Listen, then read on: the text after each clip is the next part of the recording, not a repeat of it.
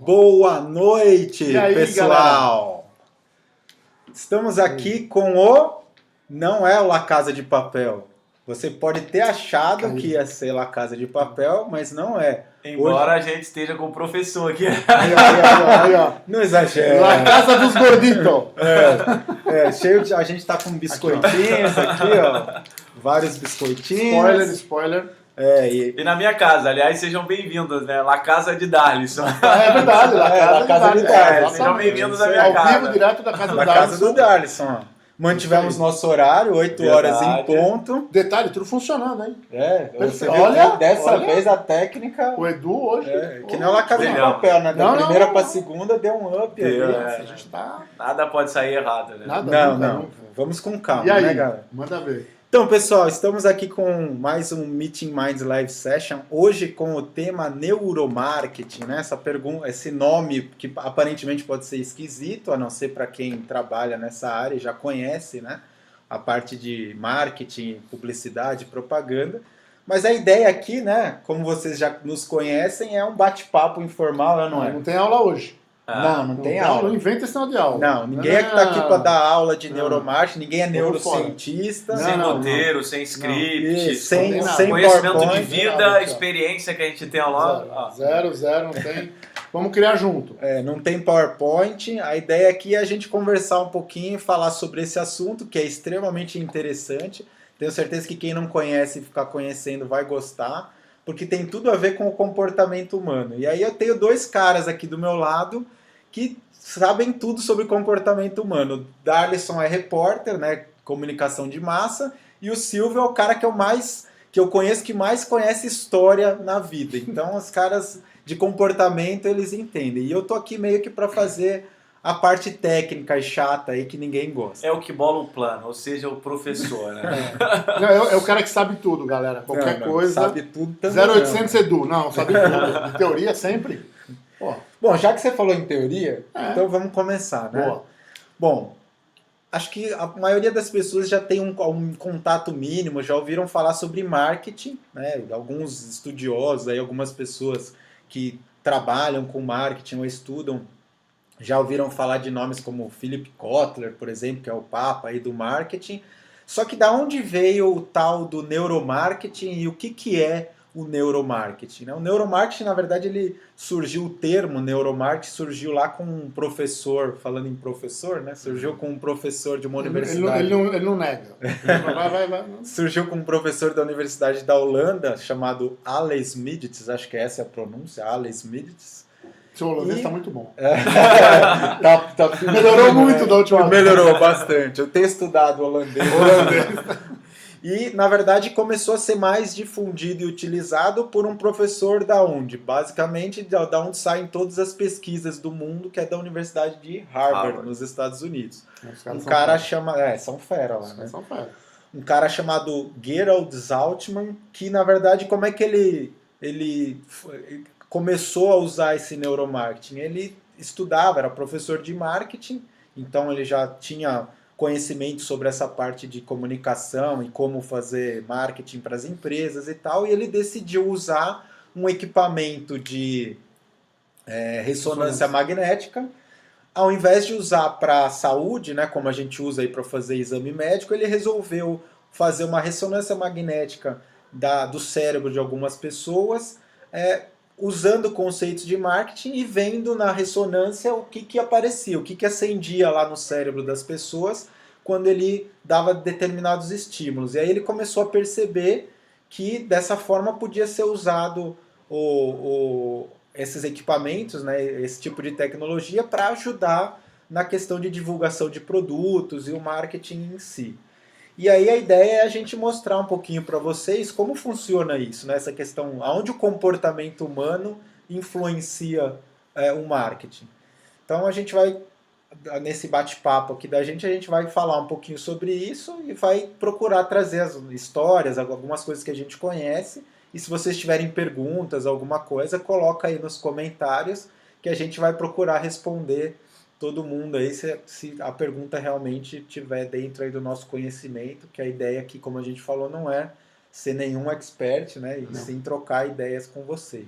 E você sabe que o comportamento, curioso, O comportamento do consumidor é algo que o marketing... Porque o que é o marketing? É nada mais nada menos do que você vender alguma coisa, do que você convencer a pessoa de comprar, que seja uma ideia, um produto, um serviço. E essa ideia de analisar o comportamento do consumidor é quando a gente coloca o consumidor no centro das tomadas de decisões. E nem sempre foi assim. Se a gente imaginar como que funcionava o mercado no passado, o foco sempre foi o produto. O que eu fazia? Eu produzia um produto, pensava num produto. A partir daquele produto eu pensava na distribuição, eu pensava no preço, eu pensava em estratégias logísticas, eu pensava em comunicação e depois eu pensava no consumidor. Quem vai comprar esse produto que eu criei? Hoje é totalmente o contrário. Hoje você pensa primeiro no consumidor e você não pensa no produto. Você pensa no problema. Porque o marketing de hoje, o marketing 4.0, é você analisar a necessidade desse consumidor e uma necessidade que ele nem sabe que tem ainda. Por isso que quando você pergunta, a estratégia antiga era você perguntar para o consumidor o que você precisa, o que você quer. E a partir daquilo ali, o consumidor definia qual seria... te dava a ideia de qual seria o produto. O problema é que às vezes nem o consumidor sabe o que ele quer. A gente imaginava que a gente precisaria de um iPhone, que a gente precisaria de um monte de aplicativos. A gente não imaginava. Era isso que eu ia comentar. O Steve Jobs ele ia muito nessa linha, né? Que ele dizia que o consumidor ele não sabe o que ele quer até quando você apresenta para ele uma nova solução. E aí, agora, ele não precisava ninguém precisava do smartphone. Agora você precisava de algo que fosse prático, que te atendesse em qualquer lugar que você tivesse, que fosse prático, que não tivesse botão, que fosse confortável através do touch. E aí, a partir dessas necessidades, que é um conjunto de necessidades, a partir dessa necessidade criou-se o produto. Ou seja, aí sim o consumidor começou a virar o foco. É aí que o neuromarketing falou assim, não, vamos estudar mais do que só essas estratégias que o velho marketing está acostumado a fazer, e vamos estudar mais do que só a gente consegue enxergar daquele consumidor, porque eu tenho o Silvio, homem, na casa dos 30 e pouco, 40, dos 55 anos, mora na região X de São Paulo, são informações básicas. A partir daí a gente foi começar a analisar o comportamento do Silvio, o que o Silvio faz, aí que vem a tecnologia da informação, o que o Silvio gosta, o que o Silvio tem interesse. Isso aí são todas as ferramentas. Que o Silvio precisa. E o que o Silvio precisa? São ferramentas que você vai utilizando através da coleta de dados, das diversas tecnologias que a gente tem disponível. Agora a gente tem uma outra evolução que é o neuromarketing, que vai coisas que você não sabe que você precisa, você não sabe que você quer, mas que é possível descobrir estudando simplesmente o cérebro do Silvio. Posso já? Primeira história já, de cara, né? Para variar, rapidinho. Vamos lá, primeira. Então, primeira. Quando a gente fala em experiência do consumo, né, que o Darlison falou, a gente acabou de sair de uma... A gente foi convidado para fazer parte de um negócio chamado UX Experience, que se fala muito que é a experiência do usuário na prática. Muito bom, um grande plano de saúde chamou a gente, é o 3º ano que a gente está lá. Um beijão pro Marcelo Avelar, não posso falar onde ele trabalha, não posso falar quem é, Google Feijão, convidou a gente e tal, não sei o quê. Então olha que loucura, a gente participou dessa parte, que é exatamente o dia ou o seminário que fala sobre essas experiências do usuário com relação a esse plano ligado à saúde. Muito bom, e a gente falou sobre acessibilidade, olha que loucura, tá? E quando a gente fala de acessibilidade, a primeira coisa que a gente fala, mas o que é acessibilidade? Cadeira de roda? Não. Acessibilidade é para todo mundo. Acessibilidade é o que traz segurança, conforto e bem-estar. Isso é acessibilidade. Beleza. Pra vocês terem uma ideia onde a gente está chegando, tá? Eu cheguei aqui e... Tcharam! Primeiro presente para os caras. Tá vendo? Primeiro aqui, mostra aí. Primeiro presente para os caras. Tá? O que a gente desenvolveu? Imagina que eu estou numa sala de aula hoje, tá? E o cara chega para mim e fala assim, todo mundo usa esse caderninho aqui, ó. Pega o caderninho, certo? Beleza. Muito bom. Bacana, bonito. Pergunta, onde fica a caneta? Aonde você leva a caneta? Ninguém tem onde levar a caneta. O que faz? Alguém desenha a peça. Meia hora depois, essa peça está desenhada. 2 horas depois, ela está plotada numa 3D. 2 horas e pouquinho depois, a sua caneta está aqui para você não perder. Resumindo, sabe o que sai de uma UX Experience? vão sair 3 projetos de acessibilidade. Esses projetos vão para a prática. O melhor projeto vai ser implementado nesse plano de saúde. Então, exatamente o que você falou na prática. E agora um detalhe, me presta aí de novo, só para a gente exemplificar o kit completo. Se você pensa primeiro na criação do produto, você talvez não teria essa ideia. Não. O cara ia te dar um monte de ideia, mas a partir do momento que o cara te dá uma demanda, tipo, eu não tenho onde colocar a caneta. Esse é um problema, essa é uma necessidade, essa é uma dificuldade. A partir daí, você vai começar a pensar em soluções para atender essa demanda. É isso que o marketing faz todos os dias. Perfeito. Mas sabe uma outra coisa importante que o Darson falou, rapidinho? Que ele falou que tudo na vida tem que ter começo, meio e fim. Lembra que você comentou Sim. agora com a gente? Aham. Beleza. A gente adora começar uma reunião, não é?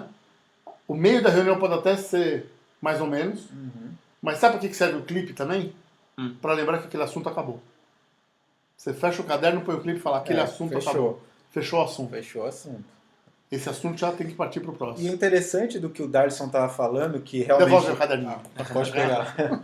Quando a gente fala do neuromarketing, né, hoje a experiência centrada no consumidor, na gente, né, no comportamento do consumidor, é que, por exemplo, quando na época que você falou, Darson, do foco no produto, por exemplo, você pegava lá um sabão em pó, a propaganda era voltada porque o sabão em pó ele faz mais bolha, ou ele limpa mais branco, Aquela ele criança isso. sujinha.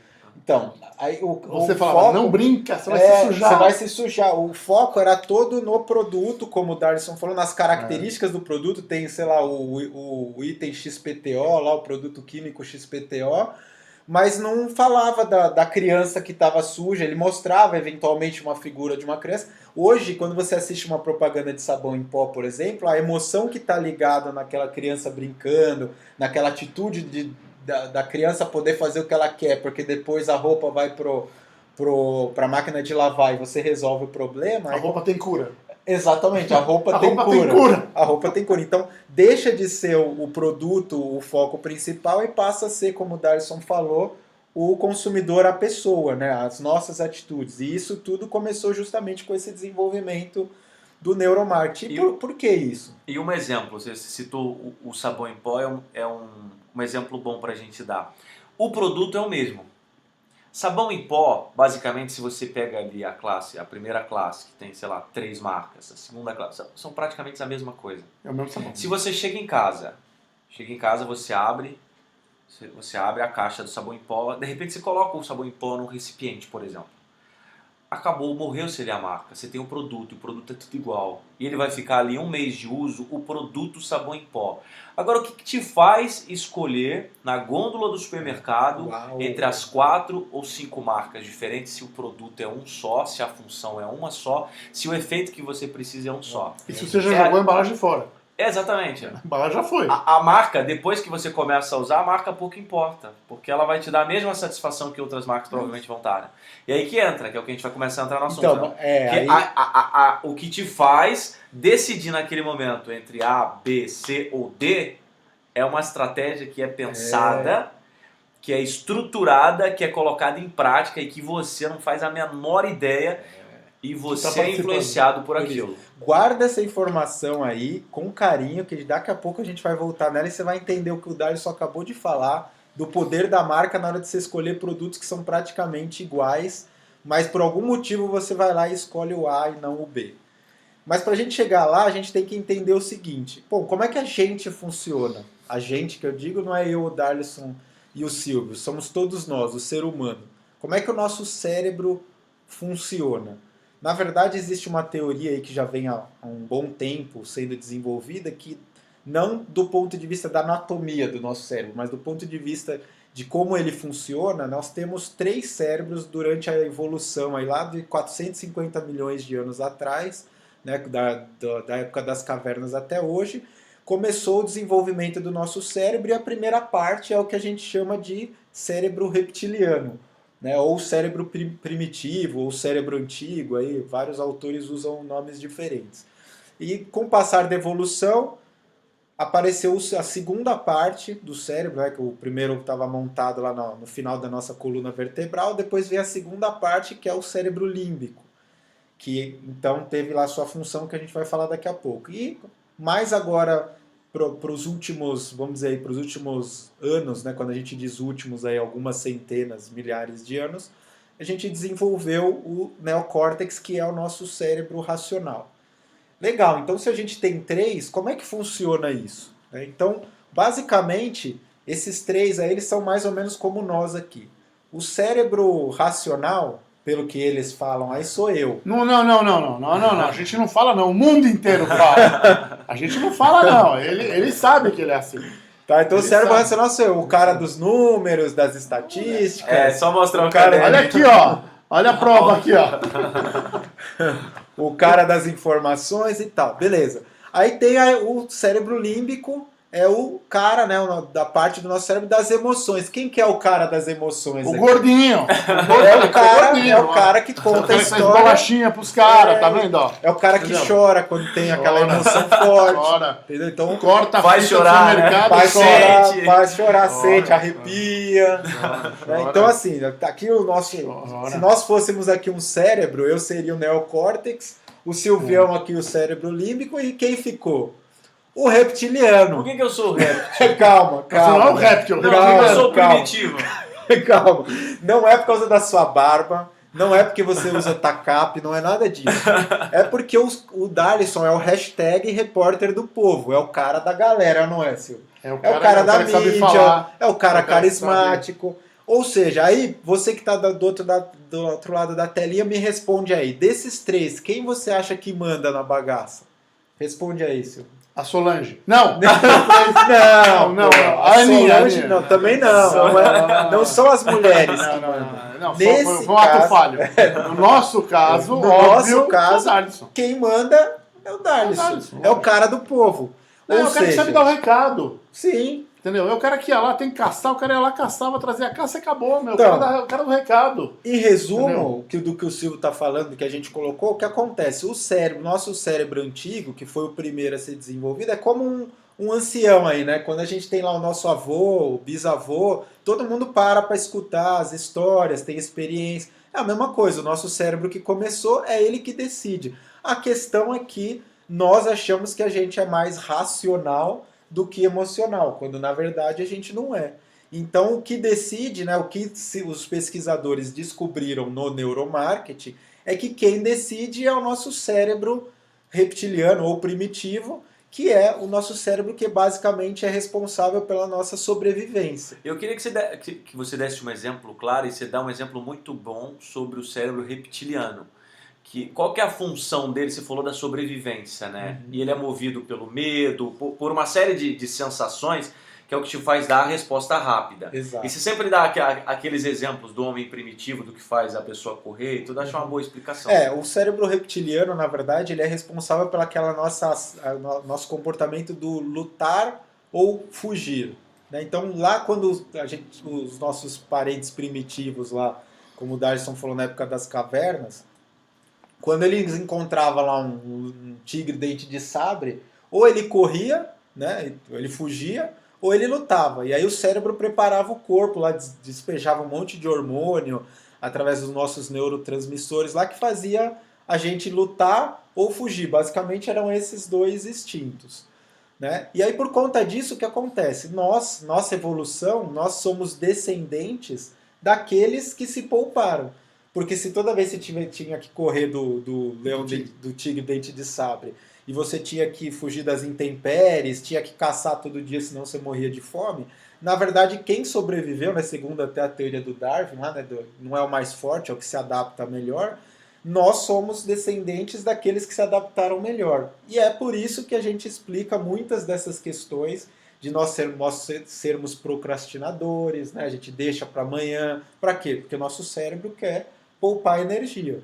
Porque lá atrás a gente era obrigado a fazer isso para conseguir sobreviver. E até hoje a gente faz isso automaticamente, nosso cérebro faz isso automaticamente para nos defender. Só que na hora da gente escolher um produto, por exemplo, ou da gente ser influenciado por uma ideia, não desliga esse cérebro primitivo para o cérebro racional falar. É por isso que normalmente a gente toma as decisões de forma emocional e depois a gente racionaliza isso para explicar por que a gente tomou aquela decisão, quando na verdade a gente acha que foi que tomamos ela de forma racional e não foi. Daí entra o que o Darlison falou da escolha do produto.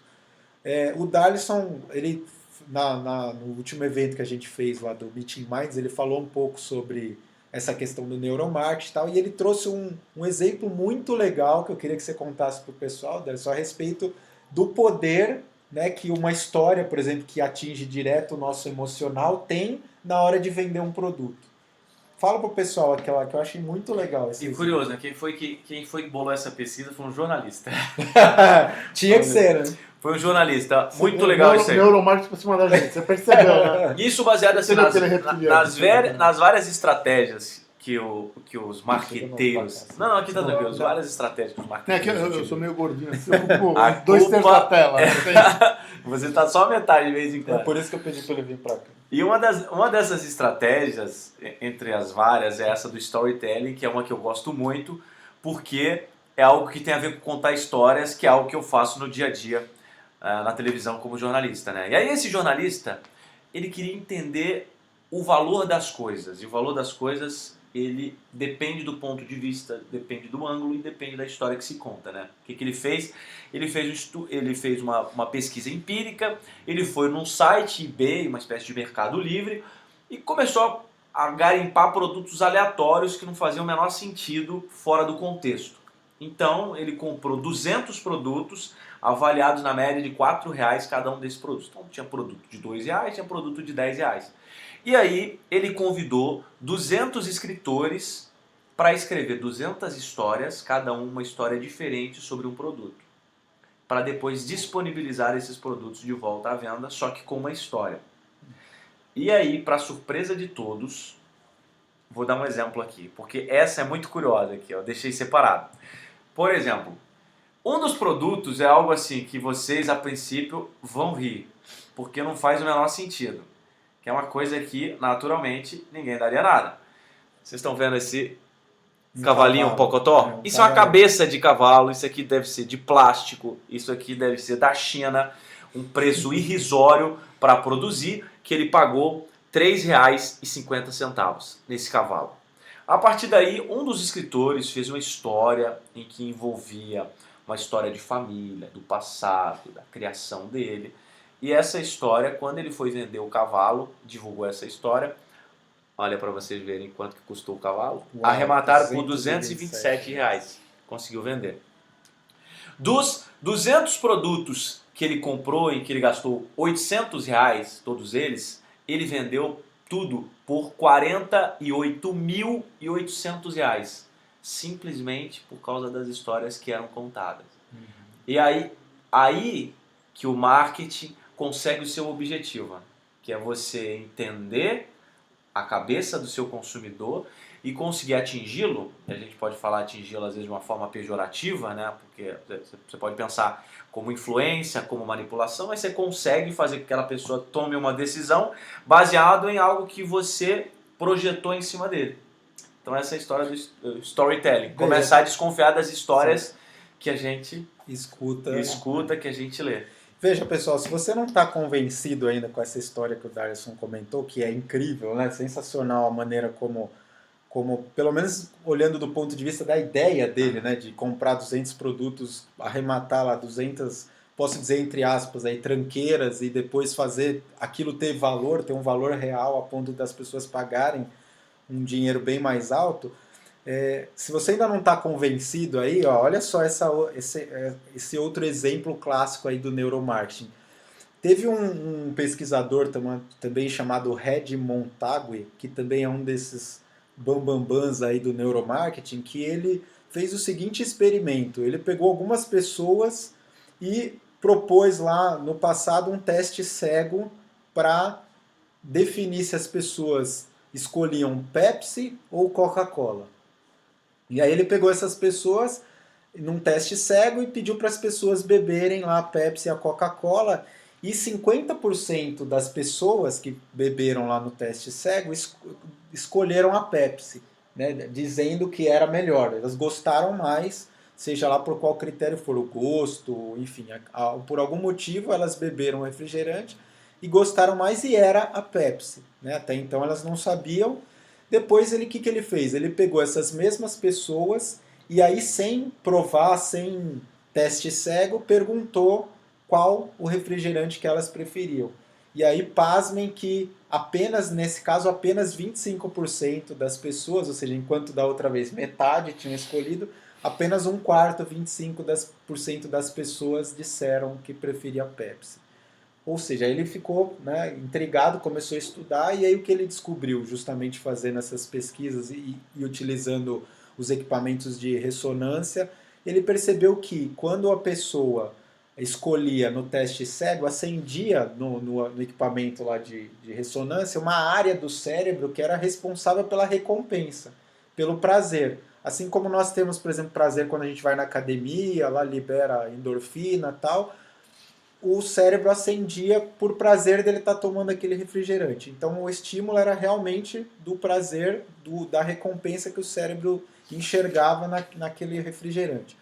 Quando ele partiu para simplesmente fazer a pergunta, né, de qual era a preferência, o que ele reparou? Que a ligação emocional que as pessoas tinham com a marca da Coca-Cola era muito mais forte do que existia com a Pepsi. Então as pessoas acabavam escolhendo o refrigerante já não mais pela recompensa, pelo prazer, que deveria ser o racional, né? Afinal, se eu estou comprando um refrigerante, um vinho que seja, teoricamente, o sabor é melhor, inclusive. teoricamente eu vou escolher aquele que é mais gostoso, né, para mim. Mas não, as pessoas acabavam escolhendo muito mais por estarem ligados à marca da Coca-Cola do que da Pepsi. E aí responde o que o Darlison falou agora há pouco no exemplo do sabão em pó, né, Darlison? Por que a pessoa escolhe lá o Omo do que o Ariel, sendo que teoricamente o produto, nesse caso, é praticamente o mesmo, né? Porque ela tem alguma identificação, a marca conquistou ela de alguma forma, tocou ela emocionalmente de alguma forma, como o jornalista mostrou aí nesse exemplo, de tal forma que a pessoa acaba escolhendo a marca não só pela utilidade em si real que aquele sabão teria, mas sim pela ligação emocional que ela tem. Tudo isso fruto do neuromarketing. E aí eu queria fazer duas perguntas. Sim. Na verdade, aproveitando que eu tenho um professor e um especialista... Olha o que você vai perguntar, hein? Não, é sério. Ó, tô tudo ao vivo. Vocês estão percebendo que eu tô abaixando aqui? Eu tô só anotando aqui para depois... né? Fazer a sabatina. Não, daqui a pouco tem nota, vocês vão ver. Eu vou ferrar os dois. Não, a história é toda assim, eu acho que é muito legal. O Darlison tem uma... Eu admiro muito ele, porque tudo ele anota as histórias. Vocês vão ver, um dia eu falei, me ensina, ele não ensina nada, ele fica tudo aquele... Eu vou sequestrar o celular dele. Palestras, olha lá. Ele fica só... Tá fazendo marketing. Marketing. Mas é isso que eu ia chegar. É o reptiliano. Eu ia chegar nisso. Então, o que acontece? Eu ia perguntar pro Darlison, na verdade, a gente está numa era agora de vender serviço. E a gente está falando muito de produto, né? Como é que a gente faz quando, na verdade, o produto é serviço? Como é que a gente faz? Como é que a gente aplica neuromarketing para a área de serviço? E aí? Como é que você faz?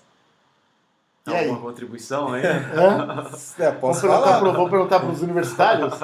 Não, porque eu acho importante isso aí. Não, na verdade, assim... Você está falando para milhares de pessoas. O que você vende é serviço. Sim, na verdade, o que acontece? Não existe diferença em relação ao produto e a serviço na questão do produto final, né? Do que você está comprando, se é um bem de consumo ou um serviço. Por quê? Na verdade, é a mesma coisa. Imagina que você vai vender um curso, né? Ou um outro serviço qualquer, mecânica de automóvel. Tá. Indo na linha do que o Darlison falou, você pode escolher qual mecânica você quiser. Você tem lá várias, 3, 4 opções, de repente, no seu bairro, né? Só que qual mecânica você vai escolher? Claro que em algum momento você vai fazer alguma pesquisa, seja por preço, seja por qualidade, mas aí eu te pergunto assim, se você vai procurar uma mecânica e você tem lá duas para escolher, e aí uma você não tem informação nenhuma e a outra um amigo seu falou que é boa, qual você escolhe? Do amigo. Óbvio. Por quê? Justamente porque quando a gente está falando de serviço, essa questão de a ligação com o seu cérebro primitivo, com o emocional, funciona da mesma forma. A informação que você tangibiliza lá com o racional, o preço, tal, a qualidade, ele vai contar. Só que com certeza, se algum amigo seu falar, olha, vai lá naquele cara, porque o cara é bom, ele fez o meu câmbio, e ele é super gente boa, ele te serve café, não sei o quê, o teu cérebro primitivo vai estar envolvido emocionalmente com aquela informação, então você vai escolher aquela mecânica e não a do outro. Então, voltando para a história do serviço, quando você vai vender um serviço, você tem que cativar o seu cliente a ponto dele se sentir ligado emocionalmente a você. Então, você que é um cara muito bom dessa parte de histórias, conhece muito esse lado emocional, quanto mais você toca o seu cliente nesse sentido, melhor. Tem até um exemplo no próprio livro de neuromarketing do Patrick Revoise, anota esse cara, Patrick Revoise. Acho que ele é, não sei se é francês ou o sobrenome dele, mas ele é americano. E aí nesse livro ele conta uma história bem legal, que é de uma amiga dele que ele preparou para fazer uma entrevista de emprego. E ela estava mudando, ela queria muito conseguir um emprego, ela estava mudando de emprego e ela precisava, vamos dizer, conquistar os entrevistadores, e ela foi pedir para ele uma consultoria, né? Bom, o que ele falou? Ele falou para ela criar uma história para que ele chamou de mini drama, que é uma das coisas que tocam direto o nosso cérebro primitivo, para fazer com que eles levassem o cérebro primitivo deles levasse em consideração muito mais do que os outros candidatos. Aí o que ela fez? Ao invés dela chegar lá, ela tinha, segundo ele, ela tinha um currículo tecnicamente perfeito, ela tinha trabalhado em outras empresas do mesmo segmento com sucesso.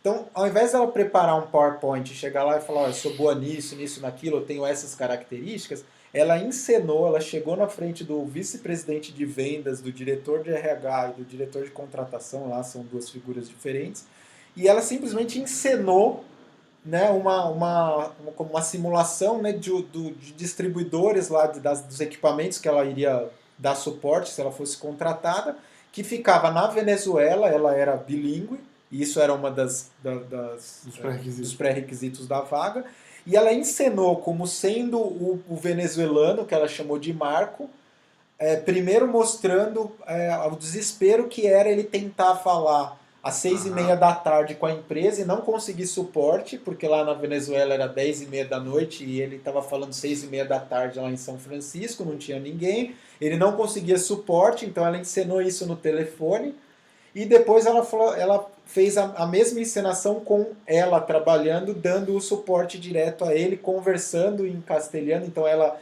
fez a voz do Marco, que era o suposto distribuidor, e a voz dela, e ela mostrou a diferença entre não ter o suporte e ter o suporte com ela. E aí, na verdade, quando ela terminou, demorou cerca de 3 a 4 minutos para ela fazer a encenação. E aí depois ela ia começar a mostrar as informações, digamos, técnicas sobre ela. Aí os três lá responsáveis pela contratação pediram para ela se ela podia sair um pouquinho da sala, tal. Ela começou, né, ficou com aquela apreensão, falou, pô, será que eu peguei pesado? Será que não tinha nada a ver ou representar aqui? Me acharam antiprofissional e tal. E aí, quando ela voltou, os caras não só contrataram ela, como depois de uma semana eles ofereceram um pacote, pediram para ela fazer a proposta que ela queria de salário e tal, e benefícios, e uma semana depois, no momento da contratação, eles pagaram mais do que ela tinha pedido. Então isso é um exemplo claro de como você vende um serviço através do neuromarketing. É importante, na verdade, para quem está assistindo, né, não cair nessa história do desemprego e aprender com o que você está falando, a criar dentro de um princípio, de um mercado que está precisando de pessoas criativas, por isso que a gente está fazendo esse bate-papo com vocês todos, né? A criar esse contexto. Não chega de forma quadrada para tentar vender qualquer coisa. Isso não existe. E a segunda pergunta, na verdade, não é para vocês, mas é para quem está assistindo a gente, né? Que aí, na verdade, é uma coisa para a gente parar e pensar. Quantas vezes você já chegou em casa, comprou um produto, aí chegou em casa, olhou para o produto e falou, sabe por que eu te comprei? Muito mais pela história que está embarcado no produto do que pela tua funcionalidade. Você já parou para pensar isso? Por que você compra uma caneta de marca? Por que você compra uma camisa de grife? Né? Quem anda de Ferrari? Anda com uma estrutura metálica que tem motor e é potente? Ou anda de Ferrari? Você já parou para pensar nisso?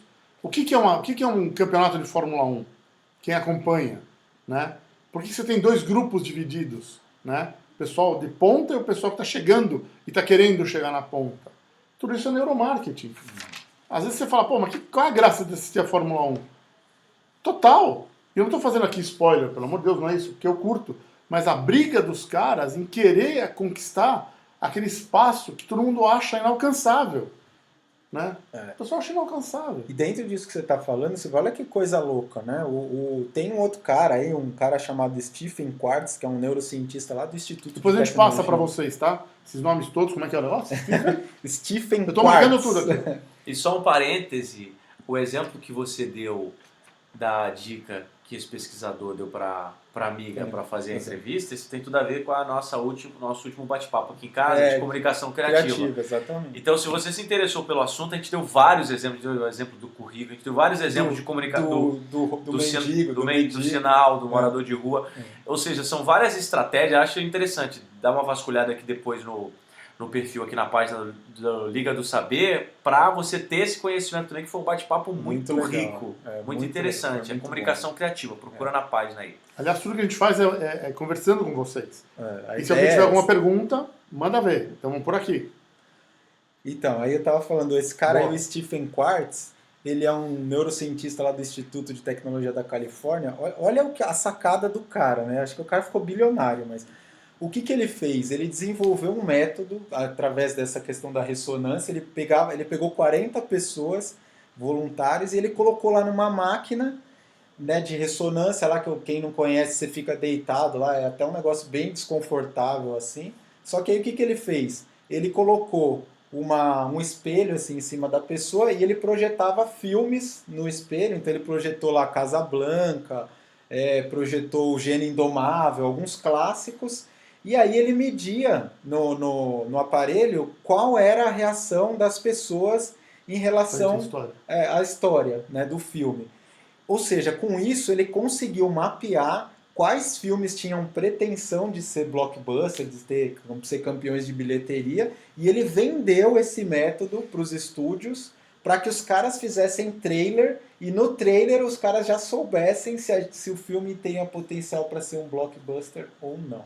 Olha só aonde a gente vai parar na história do neuromarketing, ou seja, como a gente é influenciado, né, ou de que forma, como o Darlison falou, esses caras bons do marketing fazem para chegar a realmente ter muito sucesso num determinado produto. Eles simplesmente leem a maneira como a gente se comporta e desenvolvem o produto, como o Darlison falou também, algo que de repente a gente nem sabe se gostaria ou se ia querer. Eles conseguem desenvolver algo que realmente faça sentido, porque eles conversam diretamente aí com o nosso emocional e não com o nosso racional. Doido isso, né? Eu acho que é doido, mas se a gente partir do pressuposto que tudo aquilo que fazem pra gente vem pro bem, esses caras estão trazendo muita coisa boa pra gente. E tudo isso que a gente tá falando, na verdade, não é pra ter medo do que tá acontecendo. Não existe um grupo de cientistas falando, vou pegar o carinha ali, né? Não é isso não. Eu acho que as pessoas têm essa coisa de trazer sempre o melhor pra gente. Eu acho que esse é o princípio da coisa, não é?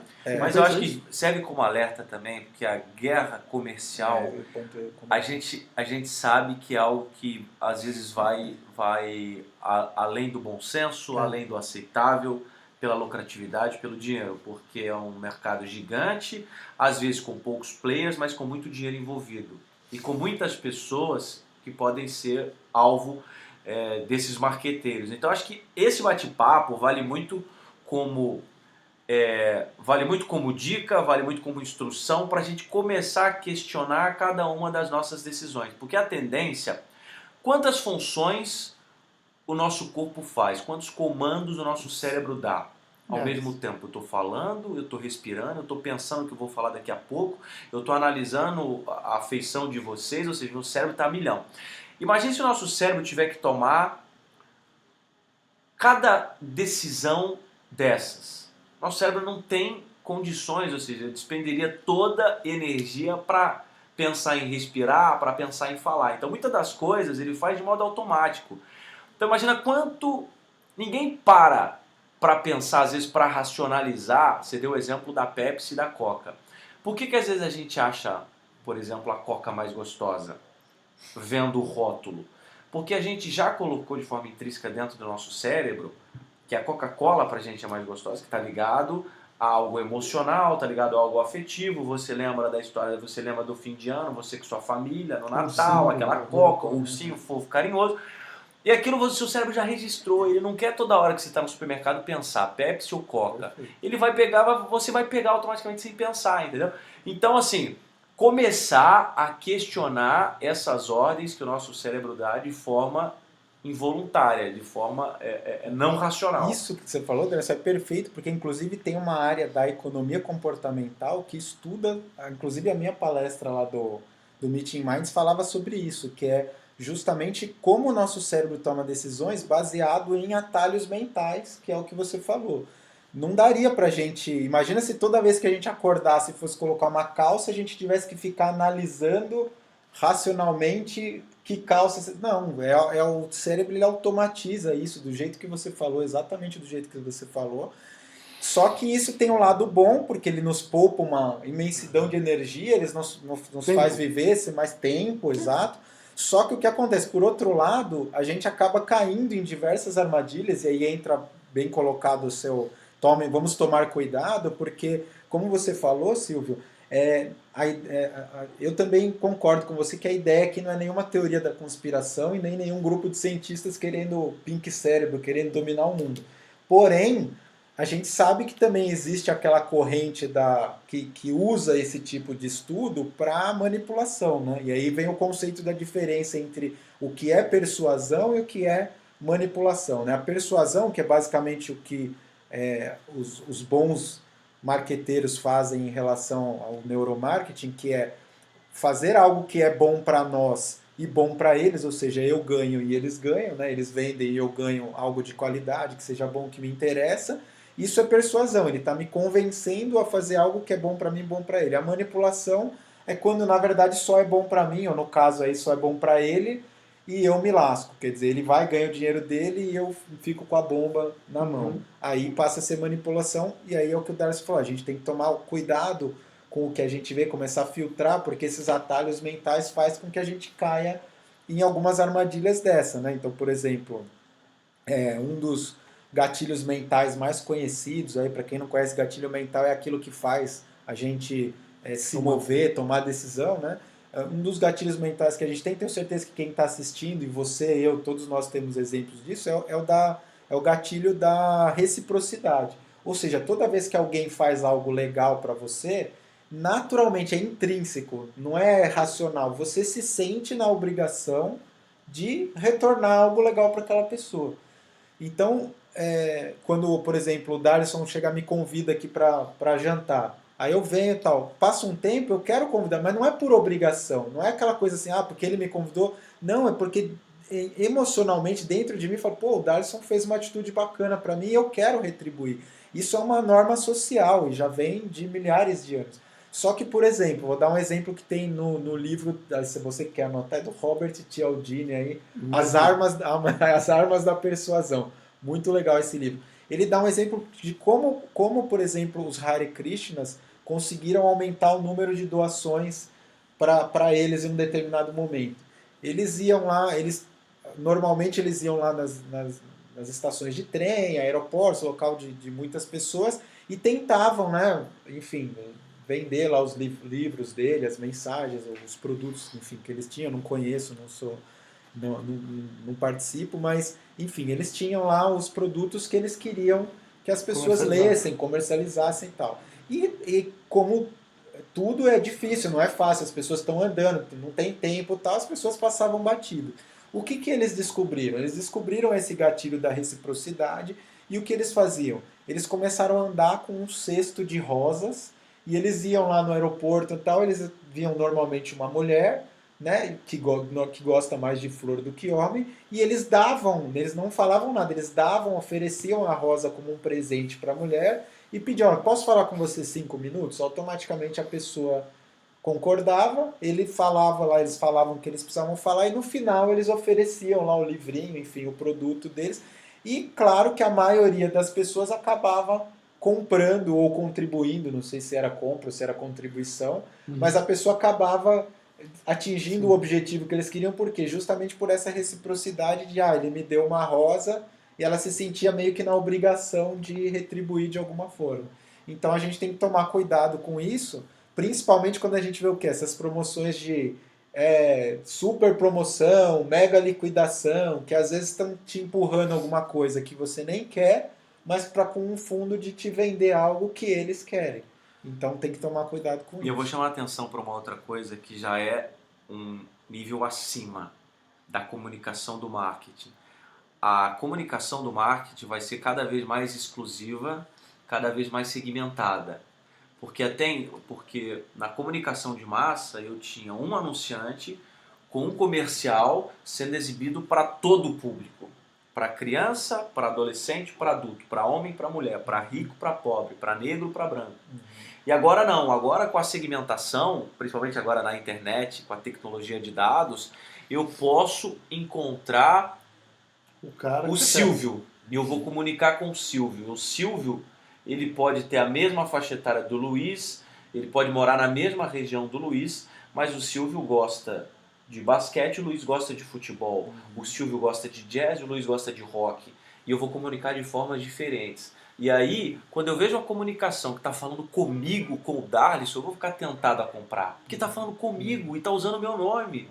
Só que não, tá falando com você porque eles te conhecem, porque tem todas as informações sobre você, as informações que você não sabe, mas que eles conseguem essas informações, né, através dos estudos da própria da neurociência, do neuromarketing, consegue te vender um produto e você está sendo até certo ponto influenciado ou enganado. E é algo que a gente tem que começar a questionar também. Uma das formas que você falou isso perfeito de conseguir os dados é naqueles aplicativos que a galera adora, de ficar velho, de criança. Isso daí quando você entra lá e baixa o aplicativo e você põe sua contazinha do Facebook lá, você abre tua vida. eles estão abrindo, exatamente, você está abrindo sua vida, eles estão pegando informações, coletando e fazendo justamente esses estudos para entender esses subnichos aí, ele vai subnicha aquele produto dele, quem é o público dele, e começa a conversar com o Darlison, comigo ou com você, quem quer que seja o alvo dele, de uma forma que você fala, nossa, parece que esse cara tá falando para mim. Porque realmente tá, né? De certa forma tá, porque ele conhece a maneira como você reage, quais são seus hábitos de compra, né? Sua demografia, se é homem, mulher, quantos anos tem e tal. E ele monta o seu perfil e ele tá diretamente falando com você para vender determinado produto. Enquanto isso como eu disse, persuasão é bom para você e bom para mim, tudo bem, beleza, faz parte e é bom. Agora, quando isso se torna manipulação, né, ou seja, para quem está fazendo marketing a venda é bom e para mim ele está simplesmente querendo empurrar um negócio para ganhar dinheiro, aí a coisa começa a mudar de figura e é por isso que a gente está aqui para mostrar para você como as coisas funcionam para que você possa começar a prestar atenção nisso. Tem um Porque a estudo gente- muito... Enquanto você vai falando, eu estou pesquisando o estudo aqui, mas pode ir lá. Não, Fala isso. porque a gente, na verdade, é uma coisa engraçada. Hoje de manhã eu estava fazendo uma reunião falando exatamente sobre isso. Exatamente sobre isso. Né? O quanto as pessoas têm que, entre aspas, serem melhor com outras pessoas. E aí a gente entra em assuntos delicados como o bem-estar dos outros. A gente mora em cubículos cada vez menores, em populações cada vez mais... enfim, os apartamentos estão ficando menores, tem mais gente por metro quadrado num prédio, tá certo? E a gente acha que o problema está longe, quando na verdade o problema está 3 andares abaixo de você, né? Então, ao invés da gente usar isso para o bem, está falando hoje de manhã sobre isso, né? O quanto a gente fala, não, isso aqui não é problema meu, né? Ao contrário, é problema seu. E a gente está vindo aqui exatamente para falar para você, falar, olha, presta atenção no que está acontecendo muito perto de você, né? Se questiona tudo o que está acontecendo. Porque você está entregando de bandeja um monte de coisa e até que ponto isso está sendo bom para você?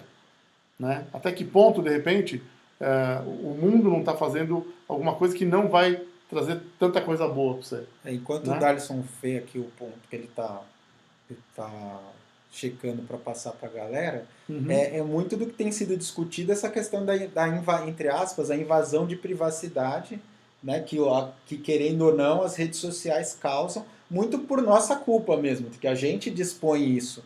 Mas é justamente isso que é muito questionado, né, dessa invasão de privacidade, de efetivamente estudar determinados dados e coisas a ponto de conhecer você tão bem e usar esses dados nem sempre da forma mais lícita ou pelo menos da forma mais moral que possa ser usado. Né? Olha que pergunta legal. Você viu a pergunta aqui? Quanto tempo uma marca Quanto tempo de exposição de uma marca é necessário para ocorrer uma neuroconexão? Pô, Uau. isso é interessante, hein? Hein? Paulada, hein? Acho que vai mais do que tempo. Vai muito pela intensidade daquela conexão e de que forma a marca se conecta com você e quais foram as estratégias de linguagem. E cada um tem uma história de vida diferente, isso influencia diretamente na conexão que você vai criar com essa marca. E isso que o Darlison está falando, na verdade, assim, pelos estudos que tem de aprendizado de adultos, né, vamos falar de adulto, né, não vou colocar as crianças aí no jogo, mas pelo estudo de aprendizado de adultos, a gente aprende de duas formas, através de repetição ou de uma carga emocional alta. Isso que o Darlison falou vai na carga emocional alta, ou seja, se a gente tem alguma experiência que traz aquelas que ficam gravadas na nossa memória por muitos anos, por muito tempo, não precisa de muitas repetições, uma única vez já é suficiente para você fazer a conexão.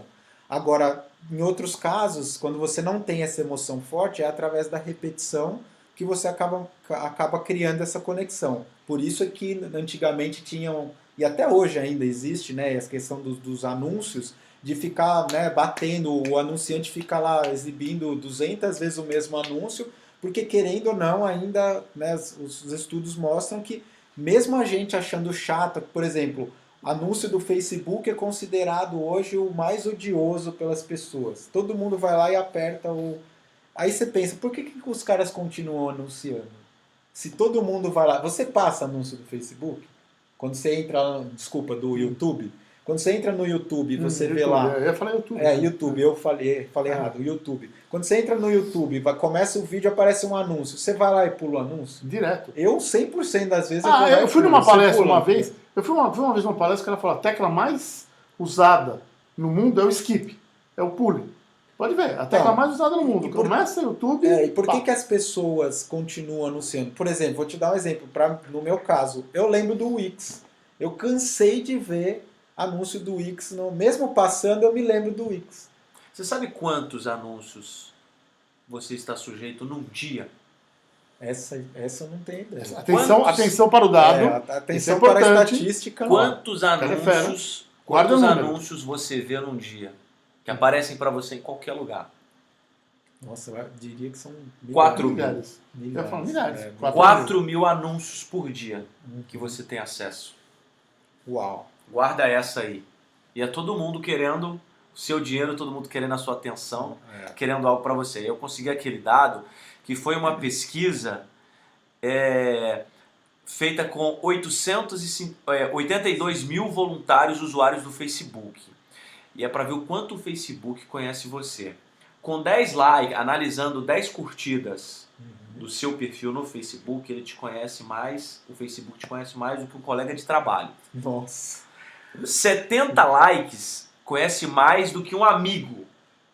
E quantos likes você já não deu na vida, né? 150 likes já te conhecia mais do que um parente. E 300 curtidas ele já te conhece mais do que a sua esposa ou seu marido. Olha, incrível. E através de outros estudos, que é tempo de tela, que tem uma tecnologia que chama HOT, que ele analisa os pontos em que você visualiza a tela. Isso pode ser tanto pelo mouse no termo de navegação, isso o marketing usa muito, quanto por onde o seu olho passeia. Isso. E você consegue enganar o seu cérebro e falar que não está olhando ou que não está gostando de tal conteúdo. Mas essa tecnologia consegue enxergar, ou seja, já é possível uma plataforma como o Facebook conhecer mais você do que você mesmo. Essa é para dormir pensando nisso. Exato. Aliás, para não dormir pensando nisso. Para não dormir pensando nisso. Porque quando você toma decisões inconscientes, que você não entende porque que você tomou aquela decisão, mas é porque ele te conhece mais do que você mesmo. É exatamente aquilo que eu estava falando, de apertar os gatilhos mentais que a gente nem sabe que eles estão apertando, só que na verdade eles estão conseguindo chegar. Você falou de gatilho, tem uma palestra sobre neuromarketing, tem uma palestra em inglês que eu assisti uma vez, que o foco da palestra é que o interesse dos marketings usando o neuromarketing era encontrar no seu cérebro o botão de compra. Porque tem um botão de compra. E quando ele consegue acessar e aperta, ele consegue te vender qualquer coisa. Mas aí eu vou brincar com vocês. Temos que proteger esse. Não, mas eu vou falar. Eu acho ainda, desculpa, só brincando um pouco mais, né? Principalmente as mulheres têm um botão de compra específico para loja de sapatos feminino em shopping. Sapato é Garanto certeza. pra vocês. É certeza. Garanto. Certeza. A minha esposa vai no shopping, qualquer um. Ela vai no shopping do outro lado do Brasil. Ela fala, olha, tem uma loja lá no sapato feminino. Presta atenção que isso aí é... E antes que a gente seja linchado, eu É, sou, é sou obrigado a cortar Quero dormir por em casa. aqui. E eu vou pedir que você faça suas considerações finais, o Darcy, porque a gente já está chegando a 1 hora de live. Não então... pode ser. Nem começamos a citar. Falei então, pra você. Muito produtivo. A gente vai ter que fazer outra live sobre o assunto. Na verdade, a gente tá um tempo todo conectado, os três, apesar de a gente não se ver muito, né? Mas a gente se gosta, a gente se curte, a gente gosta de ficar com vocês. Então, enfim, perguntem coisas, levem a gente... Agora você é vendedor, né? É lógico. Levem a gente para a sua empresa. Eu acho que tem bastante coisa para a gente fazer, tem bastante coisa para a gente discutir. Eu acho que a gente tem milhares de possibilidades de formatar aquilo que você precisa para a tua realidade. Enfim, seja bem-vindo à nossa vida, assim como a gente quer ser bem-vindo na sua. Então, um beijo no seu coração e a gente se vê daqui a pouquinho, se Deus quiser, por aí.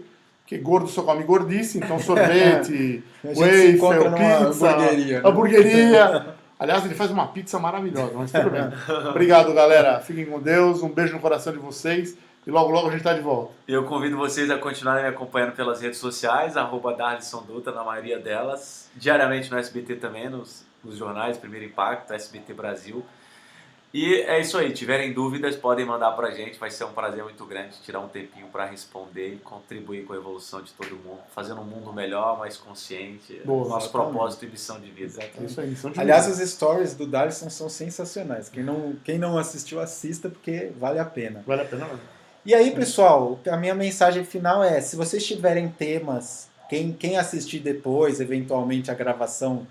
quer saber sobre um determinado tema? É claro que a gente não sabe tudo, mas a gente tem uma boa capacidade de pesquisa aqui e a gente gosta disso.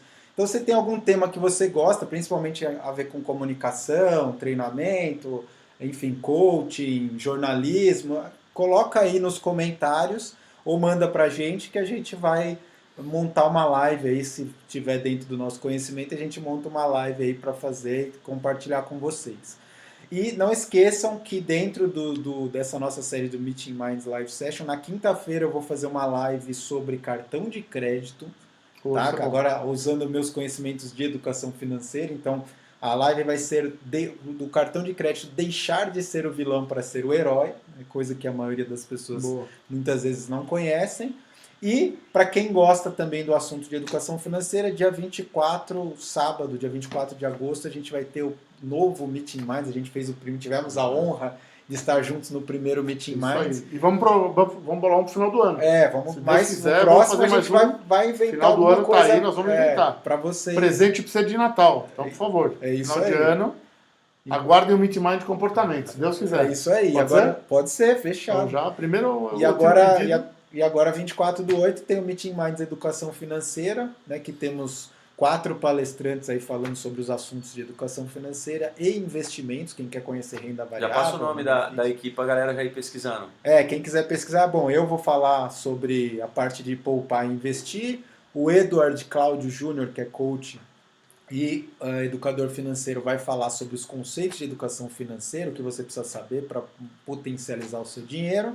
O Paulo Brúcoli vai falar sobre investimentos de renda fixa e o Ricardo Freitas vai falar sobre os investimentos de renda variável. Se você quer aprender a investir na bolsa, quer saber o que é opções, derivativos, ele vai estar lá para explicar para vocês. Então, quem quiser, a gente conta com a presença de vocês no dia 24/8, sábado. Beleza, pessoal? Foi um prazer ter meus amigos com vocês. Uma das coisas que o Edu fala, eu queria fazer o meu depoimento pessoal. O Edu foi meu consultor financeiro, eu não acreditei na época, né? Ele foi lá, me ensinou, tal, não sei o quê, e eu queria dar o testemunho ao vivo, em cores, que hoje eu estou fazendo tudo o que ele está pedindo e que ele pediu, e vou contar um segredo só para vocês. Funciona. Vai por mim que funciona. O cara é fera. Funciona e funciona muito, e muda a tua vida. Beleza? Tá aí o convite. Beleza? Então, meus amigos, valeu galera. Obrigado. Tamo junto sempre. Até a próxima, hein? Até já. Abraço, galera. Abraço grande. Até mais. Tchau, tchau. Ô, louco! E aí? Meu, uma hora não dá nem pra esquentar o negócio. Nossa, mano. 9 e 1, fechamos com 1 hora.